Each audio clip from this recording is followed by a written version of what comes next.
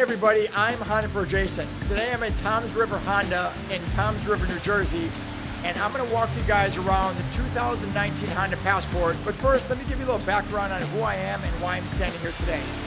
I've been a Honda enthusiast since 1987. That's when my parents first bought their very first Honda Accord. When it was time for me to buy my first car, 94 Honda Accord, brand new from the dealership. And I absolutely loved the car. I loved it so much I started taking it apart to see how it worked.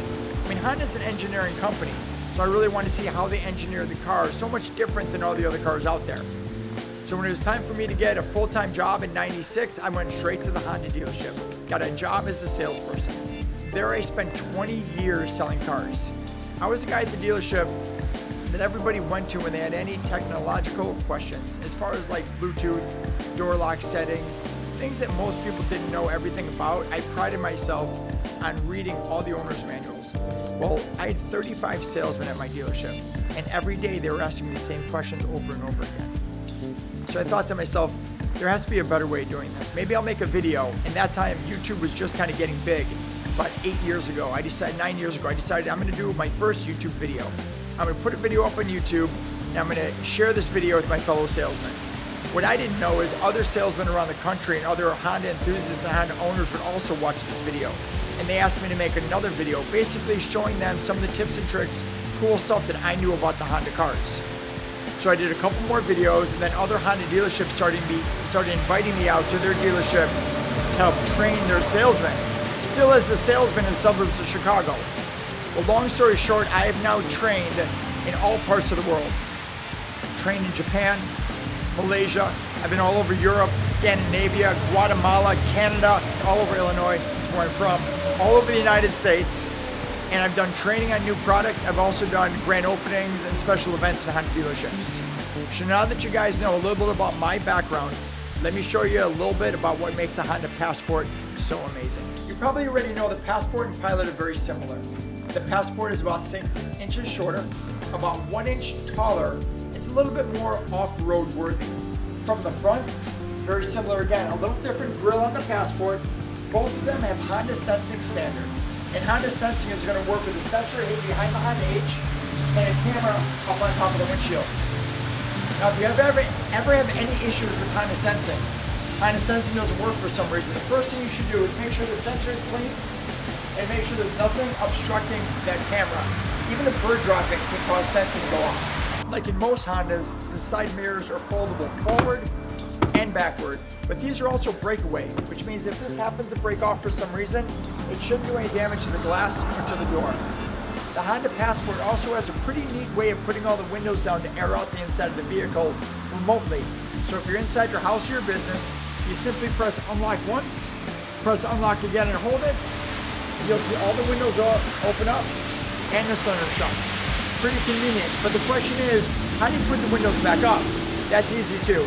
You separate the key from the key fob, you take this physical key and put it inside the door, turn it to the left once, unlock again and hold it, all the windows go off and the sunroof shuts. When it's time to fill up your Passport, it's simple. To open up the gas door, you simply press the button inside the door and the gas door opens right up. And to fill it up, there's no gas cap, it's capless. So you just take the nozzle and fill it right up. But what if you press that button and this gas door didn't open up? So to open up the gas door manually, all you have to do is locate the big compartment back here, pull the cover off with your fingers, and you'll see a little white trigger. Put your fingers on the trigger and pull backwards. That'll manually open up the gas door. In the rear, there's a power-activated tailgate, which means you can automatically open it from the key fob, from the button in the rear, from a button inside, or simply with the key in your hand, just kick underneath the rear bumper and the tailgate opens up. But what most people don't know is you can also open it up manually. Watch this, I'm going to close the tailgate here, and then that same button that you would open it up to make it auto open, if you hold that button for an extra couple seconds, watch what happens. Here's the button. Now it's in manual mode. Now I can open up just a little bit if I need to. Let's say there's a low overhang or some bushes or trees up there. Or if I just need to grab something quickly and quickly shut it, I can do that just as well. Also, if you look on the other side, right underneath here, there's actually two buttons. There's a button here to open it, and then another little button right next to it. This button will actually lock all the doors if you're gonna walk away. So let's say that you're done with all your shopping, you have your shopping bags in your hand, and you wanna walk that way away from the vehicle. It would make no sense to walk all the way to the front of the car and press that little black button on the door to lock the doors. You simply press this button here and walk right away. Some of the other things I love that make this much different than the Pilot is the room in the back. Wait till you see this. This area here opens up, revealing a big storage compartment here, two storage compartments on the side, but that's not where it ends. This whole back unit lifts up, and there's a hook that goes right up here, allowing you more storage, access to the spare tire, access to your gas filler, and all the way in the back, right back here, is going to be your subwoofer. So this is what you do. You go camping, right? You go fishing. You fill this up with ice, beer, pop, fish possibly. You need to clean it out when you're done. All you need to do is turn these two handles, lift this out, and then boom, clean it up. Just that simple. Honda has pinch protection on all auto up and auto down windows, auto open and close sunroofs, and tailgates. The way that pinch protection works is if something gets in the way of the door when it's closing, the door will automatically change directions and go back up. The infotainment system is completely customizable. Check this out. I'm an Apple CarPlay user. I'm not an Android Auto user, but I also use the USB. So all I have to do is take the USB icon with my finger, slide it to where I want to move it, and I'm going to swap places with Android Auto. And now on my main page, USB is there, and the Android Auto, which I normally wouldn't use, is on the second page. Now you may look at this and you may say, wow, there's a lot of stuff on there. I don't need half of that stuff, no problem. You go into all apps and you can take out the things that you're not going to use, leaving only the things that you want on the main page, which can make it less cluttered and much more convenient to look at. Now there's only a few options and nothing on those second or third pages.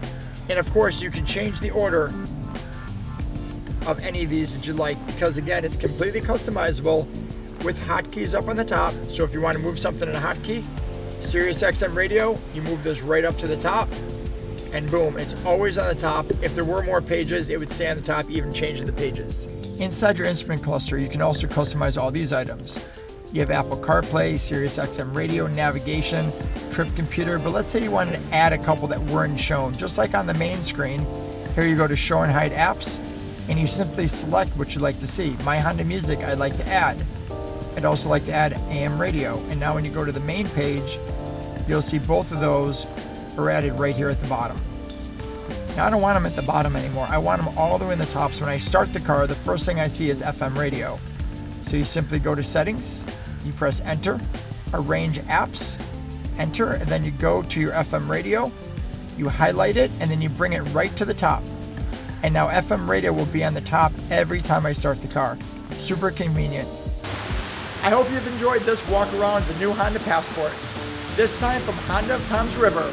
But as always, I'm the Honda Pro. And now you're in the know.